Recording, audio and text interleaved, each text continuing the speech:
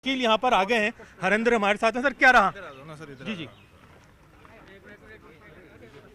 देखिए, आज एक एफिडेविट पेश हुआ है सरकार की तरफ से जी और उसमें एसओजी ने जो रिपोर्ट है वह भी सबमिट करी है 25/6 को। मैं आपको पढ़ के सुनवा देता हूँ रिपोर्ट। उसमें लिखा है कि वर्तमान में जारी पड़ताल में प्राप्त सुरागों के आधार पर प्रमुख गिरफ्तारियां की जा चुकी है।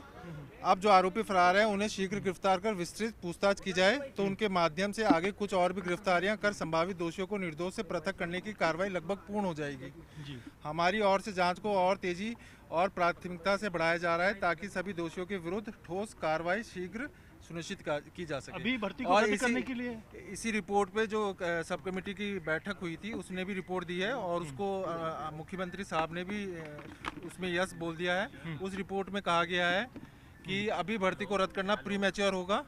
प्रतिकरण चल रहा है और जो भी हमने हटाए हैं उन जो भी हटाए हैं 60 लोगों को उन सीटों को खाली मानते हुए आगामी भर्ती में जोड़ दिया जाए और जो भी प्रभावित पक्ष है उन्हें एज में रिलैक्सेशन दे दिया जाए। कुल मिला के सारांश यह है कि भर्ती को सरकार रद्द नहीं कर रही है, इसको बहुत जल्दबाजी मान रही है।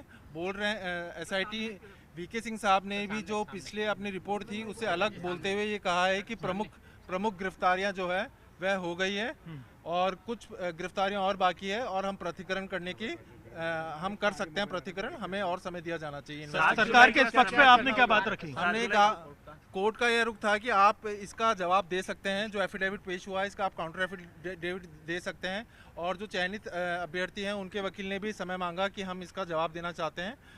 कोर्ट ने समय दिया है और अगले मंडे को सुनवाई 2 बजे के लिए फिक्स करी है, जिसमें आप दोनों पक्ष अपना जो है एफिडेविट देंगे। हाँ, इसके जवाब में कुछ सख्ती दिखाई को निर्णय देना पड़ेगा। हाँ, वो निर्णय आ चुका है लेकिन इस कोर्ट ने पहले तो जो सरकारी वकील हैं उन्होंने ये कहा कि डिसीजन आ चुका है इसलिए इन्हें नई याचिका लगानी चाहिए और ये जो याचिका भी लंबित है वह एक तरीके से इन्फ्रक्चर्स हो गई है, उसका अब कोई उद्देश्य नहीं रहा गया है। हमारी तरफ से कहा गया है कि नहीं, हम इसी याचिका पे बहस करना चाहते हैं और इसी पे निर्णय हो, हम दूसरी याचिका नहीं लगाएंगे।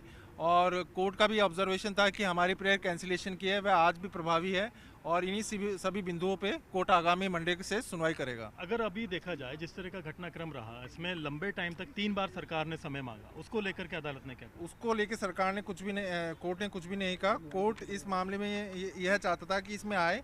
मैं आपको 4 जो अनुशंसा हैं वो पढ़ के बता देता हूँ। पहली जो अनुशंसा करी है कमेटी ने वह ये करी है कि एसआईटी द्वारा अनुसंधान को आगे बढ़ाया जाए और फर्जी तरीके से चयनित समस्त अभ्यर्थियों को गिरफ्तार प्रभावी कार्रवाई की जाए, चिन्हित अभ्यर्थियों की सेवा समाप्त की जाए एवं उन्हें भविष्य में राजकीय भर्ती परीक्षाओं से डिबार किया जाए।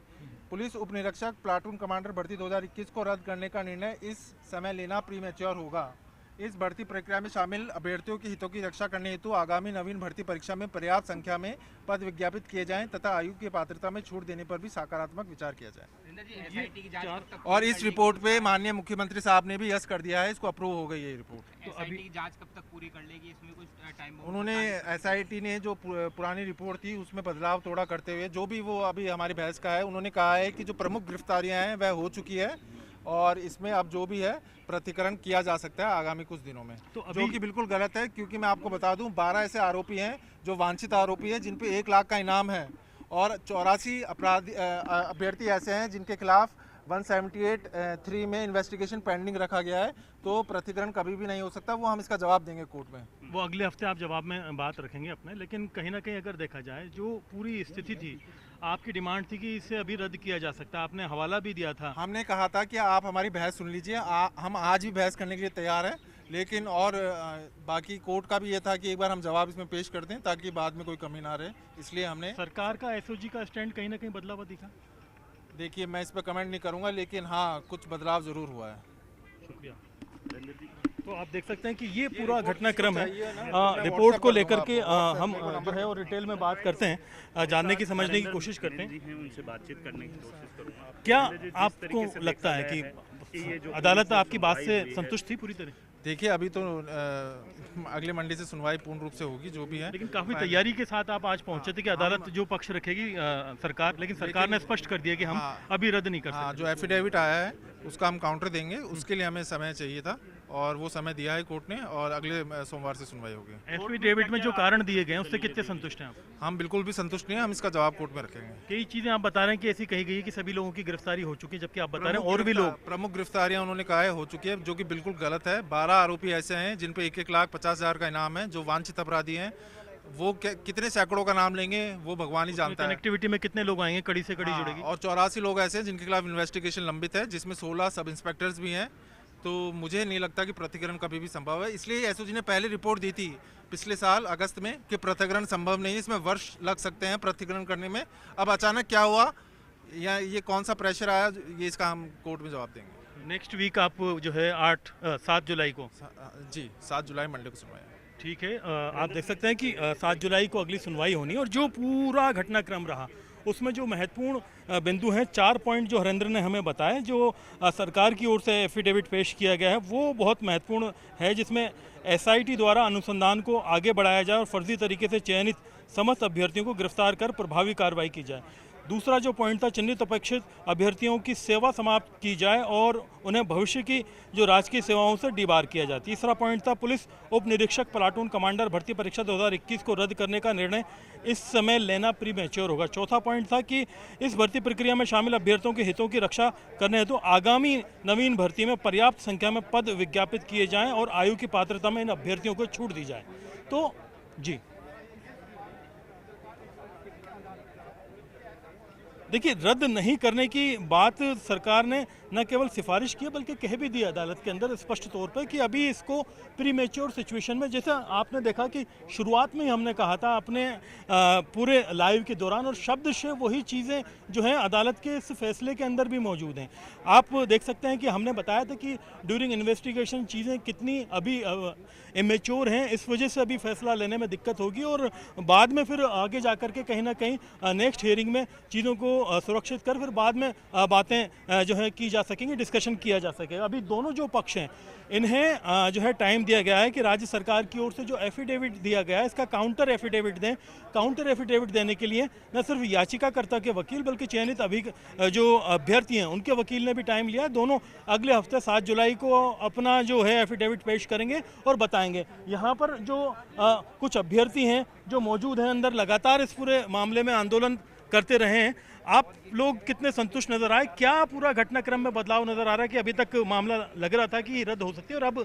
देखिए सर, हम सरकार की इस कार्रवाई से बिल्कुल असंतुष्ट हैं क्योंकि सरकार का दोहरा चरित्र सामने आ रहा है। जिस तरह एसओजी ने पहले तो कहा कि हम इसमें पृथक्करण नहीं कर सकते और 10-12 साल भी अगर जांच करें तो अंतिम अपराधी तक नहीं पहुंचा जा सकता, और एसओजी के एडीजी ने तो यहाँ तक कहा कि 400 लोग, 400 थानेदार हमारी रडार पर हैं।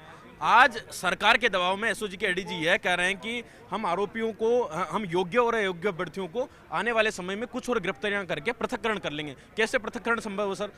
कोई सरकार ऐसा मैकेनिज्म डेवलप करेगी कि जिससे योग्य और अयोग्य व्यक्तियों को अलग अलग किया जा सके? दूध और जहर का मिलना हो गया, कैसे छटनी संभव ही नहीं है जब 35 दिन पहले पेपर लीक हो गया। अगर बात कर रहे हैं पूरे घटनाक्रम को लेकर के, आपके वकील भी यहाँ मौजूद हैं, तो क्यों असंतुष्ट नजर आए?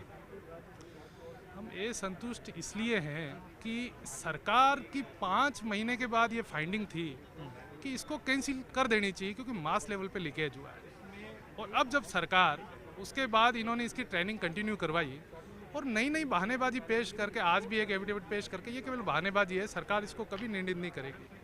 इसलिए हमें सरकार से कोई उम्मीद भी नहीं है।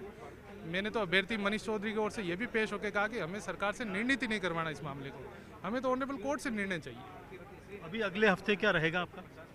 अगले हफ्ते ऑनरेबल कोर्ट ने अभी तो ये डायरेक्शन किए हैं कि आप है जो इसमें डिस्पोजल के लिए हम आर्ग्यूमेंट स्टार्ट करेंगे, लेकिन हो सकता है नया कोई बहाना आ जाए सरकार की तरफ से।